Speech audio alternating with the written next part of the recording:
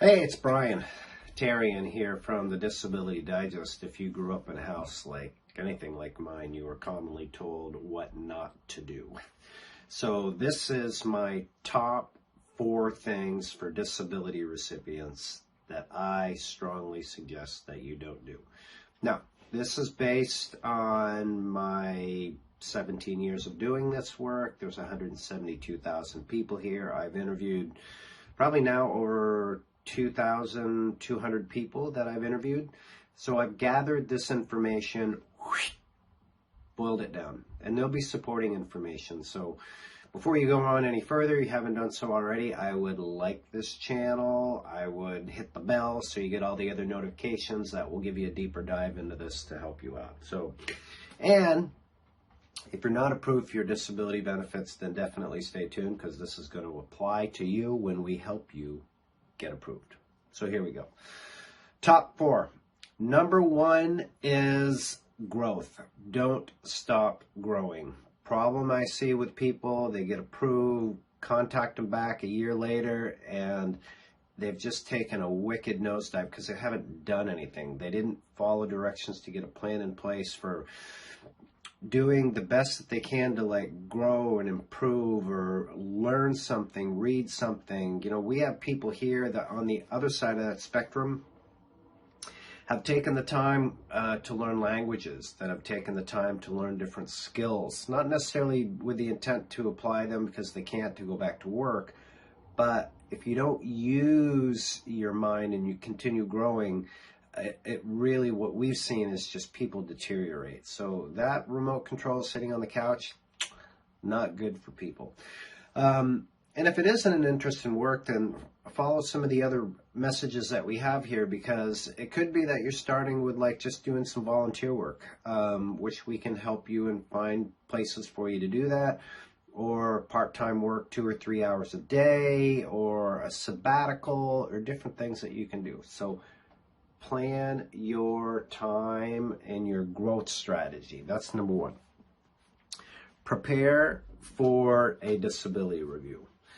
Sorry I have to say this, but the statistics do not lie unless you've reached full retirement age, whatever that is, 65, 66. The Biden administration and the budget that they have, they're putting feet on the street, they're putting trucks on the road. It's $1.7 billion. $1.7 billion in the integrity fund that has been allocated to doing disability reviews.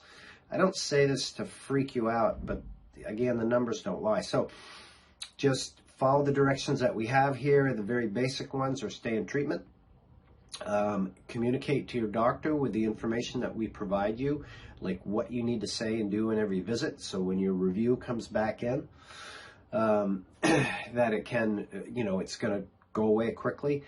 And you don't want to lose a review. The first round is paperwork, but if that gets denied, you're in a compromised situation, because you have to either pay for legal support out of pocket, or you have limited amount of funds to pay for legal support.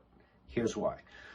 You have the option to keep your check coming and prove that you're eligible for disability. That's one. Or stop your check. Now, if you stop your check, let's say you have 10 months of back benefits, an attorney would be open to taking that because they can get paid a percentage of your back benefits.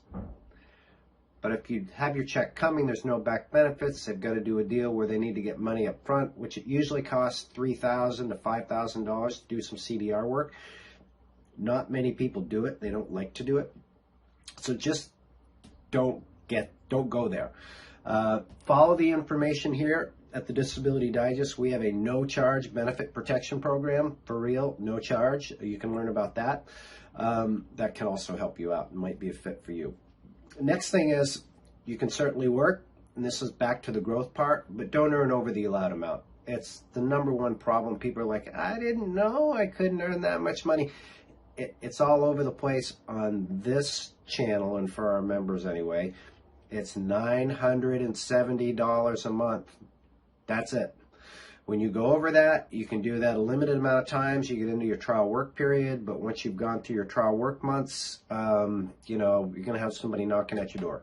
So just earn under the allowed amount. And this business has been mostly run in large part by our members that are disability recipients since 2007, when Dennis Berry started here as our first advocate. And so it works great. It's totally legal. It's fine. It doesn't put a red flag. We haven't had anybody had their benefits taken away. We've had one person in all the time that we've been here, been reviewed while we're working here. It's just, and that's actually low, surprisingly. So it is the regulation. You're definitely allowed to do that. The last thing is the set it and forget it mentality. People get approved for disability. They get set up on their health plan and they leave it. And they end up missing out on a bunch of benefits. Every year the benefits change. And they get better and better on the Medicare side, Medicare Advantage plans. You know, they add in additional benefits like shopping credits, food cards, you know, an extra card that you can use to pay for overages, for dental, vision, and hearing. There's just an abundance. It's the brightest spot that's out there. But in most markets, there's 40 or 50 different options. In New York City, there's 82. So how do you know which one? We teach you how to do it, or we'll do it for you. It's part of your membership here. There's no charge for that. But if you don't take the time to go through and explore your options annually, the chances are you're missing out. The numbers that we run when we do a benefit review, some people we can't save any money. Some people we can save a bunch of money. But over the course of a year, on average, it's $3,300 in additional benefits that when we do a review that we find for people. And again, we show you how to do this in this channel, how to do it all on your own if you choose to do that. So don't have the set it and forget it mentality. And one more note on that, the super expensive is there's people out there that are just staying on Medicare A and B. Because, or I've even seen a trend of people staying just on Medicare A, not taking B because it's $170.10 and they can't afford it. And it's tough right now. That's a lot of money to come out of your disability check. But if you don't have it, and you have a major medical event, or you need to get back into it at a later date, you pay a penalty. So really tough times on that side. So anyway, don't have the set it and forget it. Those are my top 4 things. Again, if you haven't hit the bell or subscribed, do that so you can stay tuned for more information to help you out with this. And of course, here at the Disability Digest, for the members that we have that have subscribed to a no-charge membership, we give them a customized approach. We set up, understand their profile, like, you know, where they're at, their zip code, the conditions that they have, what their income is. So that allows us to understand what benefits that they're entitled to. And if things change, then we can help them understand what they might be entitled to in addition to that. So that's one of the values of being a member here. So I hope you find this helpful. Stay tuned for more. Again, this has been Brian from the Disability Digest. Make it a great day.